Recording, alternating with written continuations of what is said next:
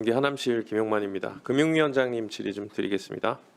최근 정부가 발표한 단일 종목 레버리지 ETF 보완 대책하고 시장 변동성 문제 좀 질의 좀 드릴게요. 잘 아시는 것처럼 시장과 업계에 종사하고 있는 많은 전문가들이 최근에 이 주식시장 변동성 확대하고 지금 이 예측이 어려운 이 시장의 움직임들에 있어가지고선 주요 원인을 이 단일 종목 레버리지 ETF로 지목을 하고 있습니다. 그 PPT 좀 봐주세요.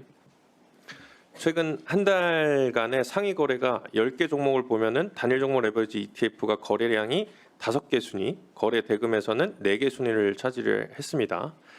이게 이제 출시 직후부터 압도적인 거래량을 차지하고 있는 건데요. 이런 상황은 아마 잘 아시고 계실 거라는 생각이 듭니다.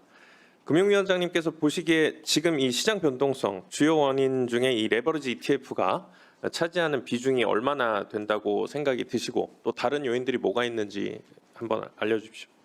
네, 먼저 이 최근 시장의 변동성이 증대되면서 우리 자본시장에 대한 투자자들의 기대가 흔들리고 있는 점에 대해서 당국자로서 매우 무겁게 지금 받아들이고 있습니다. 이 요인 말씀드리면 최근의 시장 변동성 확대는 한 가지 요인이 아니라 여러 요인들이 좀 복합적으로 작용한 측면이 있다고 보고요. 우선 보면 이제 글로벌 반도체 업황의 불확성이 계속 굉장히 커졌습니다. 그러니까 지금 보면 맨날 AI 투자가 지속 가능한 건지, 그다음에 중국의 추격이 어느 정도 가시화되는 건지 그때 뉴스가 나올 때마다 기대와 우려가 교차하면서 글로벌 반도체 업황의 움직임이 굉장히 출렁되고 있고요. 우리 자본시장을 보면 주식시장에서 삼성전자라든지 하이닉스의 어떤 집중도가 굉장히 심화되어 있습니다. 그러니까 그런 반도체 업황의 충격이 우리한테 영향을 미치는 정도가 굉장히 크고요. 네, 일단 그렇다 하더라도 제 생각엔 시장 변동성에 있어서 우리가 몇몇 가지 지표를 볼 수가 있는데 아시는 것처럼 V코스피 한국형 공포지수라고 하시죠. 이게 지금 단일 종목 레버리지 ETF 출시 한 달 만에 6월 말쯤에 이게 97.99, 그러니까 98점입니다. 보통 통상적으로 이게 40점이 넘어가면은 이게 패닉 상태라고 얘기를 하는데 7월만 하더라도 이게 80에서 90선을 왔다 갔다 했다는 말입니다. 그러니까 이것 때문에 지금 변동성이 있다라고도 봐도 저는 무리가 아니라고 생각을 하는데 동의하십니까? 네, 그러니까 아까 제가 말씀드린 그런 부분에 더해서 이 단일 종목 레버리지 상품 같은 경우도 리밸런싱이라든지 여러 가지 과정을 거치면서 네. 이 시장 변동성을 확대하는 맞습니다. 그러니까 있는 이 부분도 단일 종목 레버리지 ETF만은 아니겠지만 상당 부분 차지한다. 지금 이 시장 변동성에 있어서 영향을 미치고 있다라고 볼 수 있을 것 같습니다. 그렇다 보니까 6월부터 이 레버리지 ETF 손봐야 된다는 목소리가 있었는데 결과적으로 지금 이 대책 발표 시점이 7월 중순이에요. 그러니까 투자자들 입장에서는 이 대책 자체가 좀 늦었다고 얘기들 많이 하시는데 왜 이렇게 늦은 겁니까? 저희도 이제 5월 27일 출시하고 나서 계속해서 시장 영향이라든지 이런 부분들 계속 봐왔고요. 그다음에 관계부처, 그다음에 업권, 전문가 계속해서 의견 수렴을 거치고 왔었고, 그래서 저희들이 그런 과정 속에서 그 제도 개선에 착수했고, 그다음에 알겠습니다. 여러 가지 준비 기간이 있어서 저희 7월 16일 날 전문가들 집단과 이제 상의를 하고 대책에 대해서 좀 꼼꼼하게 준비를 하다가 늦었다. 뭐 이렇게 얘기를 하시는 것 같은데요. 이 상품 도입 경위에 있어서도 몇몇 가지 의혹이 있는데 금융위가 갖고 있는 의지와 상관이 없이 외부의 압박으로 하여금 이 상품을 출시하게 된 거다. 제가 알기로는 이 시행령 개정안, 입법 예고까지 포함을 해가지고선 절차대로 준비를 한 건데 혹시 금융위가 원래 의지가 없었는데 외부의 압박으로 하여금 이 상품을 출시하게 된 부분이 있습니까? 근데 여기 이제 이게 나올 땐 작년 말부터 해서 시장, 언론, 연구기관에서 이런 제도들 같은 경우 해외에서는 되는데 국내에서는 막혀 있다. 이런 부분에서 문제 제기들이 있었고요. 그래서 저희들이 이제 이런 부분들을 관계부처랑 협의를 해서 제도 개선을 해보자 하면서 시행령 개정이라든지 그다음에 관계부처 협의 여러 가지 과정들을 거쳐서 하게 됐습니다. 그 의지가 없었던 건 아니고 당연히 금융위가 이제 내용을 잘 꼼꼼하게 처리를 해가면서 출시하게 됐다 이렇게 이제 얘기를 할 수 있을 것 같은데 어찌됐든 간에 지금 봐보면은 이 단일 종목 레버리지 ETF 도입 결정에 있어서 정부 취지가 어느 정도 이해가 돼요. 그 나름대로 얘기하신 것처럼 지금 환율도 좀 위태로웠고 봐보면은 미국이나 홍콩 같은 데서 이제 같은 상품으로 하여금 계속 빠져나가고 있던 우리 국내 투자자들이 빠져나가고 있다 보니까 그 취지는 제가 알겠는데 이게 이 상품 출시에 있어가지고 투자자 보호 장치나 상장 요건 같은 것들에 있어서 정말 충분하게 여건 검토가 된 건지에 있어서는 또 다른 의혹들이 많습니다. 그 부분에 대해서 좀 더 보완 설명을 해주실 수 있으세요? 네, 그 말씀 주신 대로 그 취지 자체는 그 당시 이제 규제 비대칭성을 해소하자, 그다음에 선택권을 확대하자, 또 해외로의 자금 유출을 방지하자 이런 어떤 정책적 측면도 있었고요. 근데 그러면서도 시장 안정성에 미치는 영향, 그다음에 투자자 보호 측면 이것까지 종합적으로 고려해서 저희들이 이제 제도를 도입했었고요. 근데 이제 결과적으로 이런 뭐 상황이 좀 발생한 것에 대해서 굉장히 무겁게 생각하고 그다음에 근데 말씀하신 투자자 보호 장치 같은 경우는 저희들이 여러 가지 조건들을 해서 그 기본 예탁금이라든지 그다음에 이 단일 종목 레버리지라는 저 ETF라는 용어 같은 경우도 이게 상품의 성격이 다르기 때문에 그런 것들도 쓰지 못하게 하고 그다음에 여러 가지 투자자 유의라든지 뭐 이런 부분도 좀 설명을 하고 했는데 이런 부분은 저희들이 보완 대책을 통해서 더욱 강화해 나가도록 하겠습니다. 네, 김용만 의원님 수고하셨습니다. 다음은 박대출 의원님 질의해 주시기 바랍니다. 네, 위원장님 자료 요구부터. 네, 말씀하시죠. 그 금강원장님, 시간 멈춰주세요. 네, 자료 요구 좀 할게요. 오늘 김용범 정책실장이 변동성 확대 원인을 자료 요구는 저한테 해주시길 바랍니다. 네. 저한테 하시는 겁니까? 아니면 저기다? 위원장님한테 하겠습니다. 네. 확대 원인을 레버리지 ETF 하나로 돌리는 것은 적절하지 않다. 또 조금 전에 금융위원장도 비슷한 말을 했는데 이 하나로라는 이 단어를 넣고 이 책임을 회피하고 개변을 내려가지고 지금 이 주가 폭락 사태 좌절하고 있는 이 국민들 분노 지수를 또 급상승시킨 것 같습니다. 이 지수형 ETF 관련해 가지고요 두 가지 자료인데 코스피 200, 코스닥 150 지수형 ETF의 최근 5년간 각 종목별 신청 서류 접수부터 상장일까지 소요기간과 전체 소요기간 관련된 자료.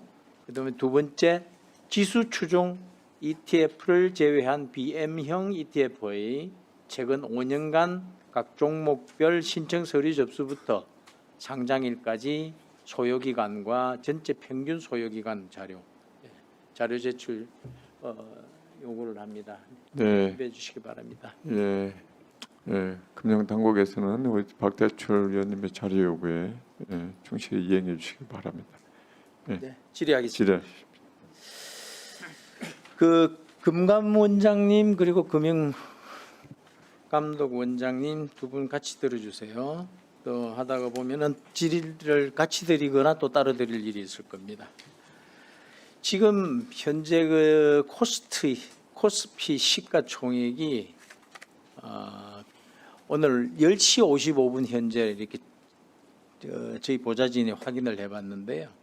6월 20일 최고일금 기준으로 종가 기준으로 보면 그 당시가 6월 22일이 7,449.6조 원이었는데 오늘 10시 55분 현재 시가총액이 5,060조 원입니다. 무려 증발된 금액이 2,389조 원. 올해 우리 예산이 국가 예산이 728조죠. 그 3배가 넘습니다.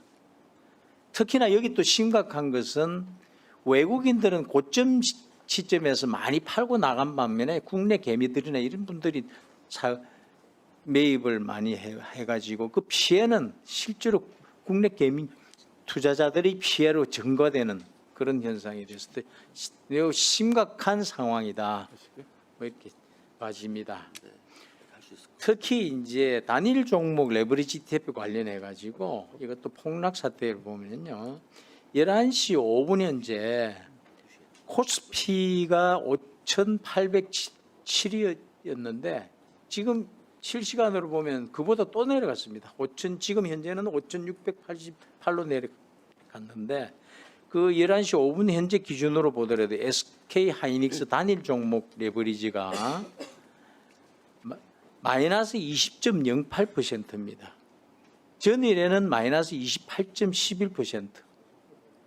이틀간 50% 가까이 하락을 한 거죠. 자, 이 두 분에게 제가 질의를 드릴게요. 이 단일 종목 레버리지 ETF 폭락 사태 이거는 금융위와 금감원발 인재다 이렇게 진단을 합니다. 혹시 동의하십니까? 두 분 한 분씩 말씀해 보실게요. 네, 아까도 제가 말씀드렸지만 결과론적으로 이 시장의 변동성 이렇게 크게 확대된 이런 부분에 대해서 매우 무겁게 생각하고 있습니다. 아니 인재라고 얘기를 제가 진단을 했는데 그 진단에 동의하시냐고요. 뭐 시장이 변동성이 많다 보니 그리 내려갔네 아주 남 얘기하듯이 하시네요. 그렇지 않습니다. 그다음에 금강 원장님.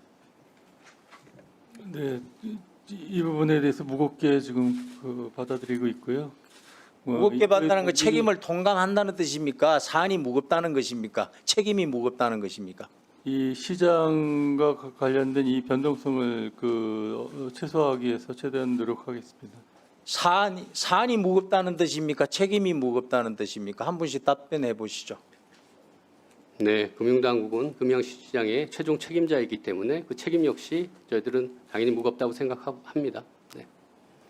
네, 금강 원장님. 저희도 금감원 입장에서도 그 책임에 대해서는 무겁게 받아들이고 있습니다. 저는 이 사태가 지금 금융당국이 우리 국민을 말이죠. 월세 난민, 주식 거지라는 이 이종 세대를 완벽하게 완성해가는 그런 책임이 있다. 완성해가는 단계에 있고 이 국민의 절규가 지금 하늘을 찌를 것 같습니다. 지옥이 따로 없는 거예요. 제가 인재라고 진단하는 이유는 세 가지로 짚어보겠는데요. 지금 이 시간이 1분밖에 안 남아서 제가 모르겠는데 일단 왜 그러는지부터 제가 설명을 먼저 드리고 하나씩 짚어보겠습니다. 왜? 인재인 이유 하나. 단일 종목 레버리지 ETF 출시 주체는 금융위와 금감원입니다. 한국 거래소의 실질적인 거래만 하는 상장 승인하는 거래소의 책임을 넘길 생각하시면 안 될 겁니다. 그 이유를 제가 밝혀보겠습니다. 그리고 이 인재 이유 두 번째는 이 승인 자체가 너무 졸속으로 진행되었다는 것. 그리고 세 번째는 인재인 이유는 금강 원장님이 들어누워서라도 막아야 됐다라는 말씀을 하시죠. 맞죠? 그런 말 하신 적 있죠? 네, 그 맥락은 좀 다릅니다만, 네 말씀. 맥락이 어떤 맥락인지 한번 짚어보겠습니다. 들어누워서라도 막아야 된다는 것은 보이지 않는 손이 있다는 얘기고 그 보이지 않는 손이 금융당국의 보이지 않는 손이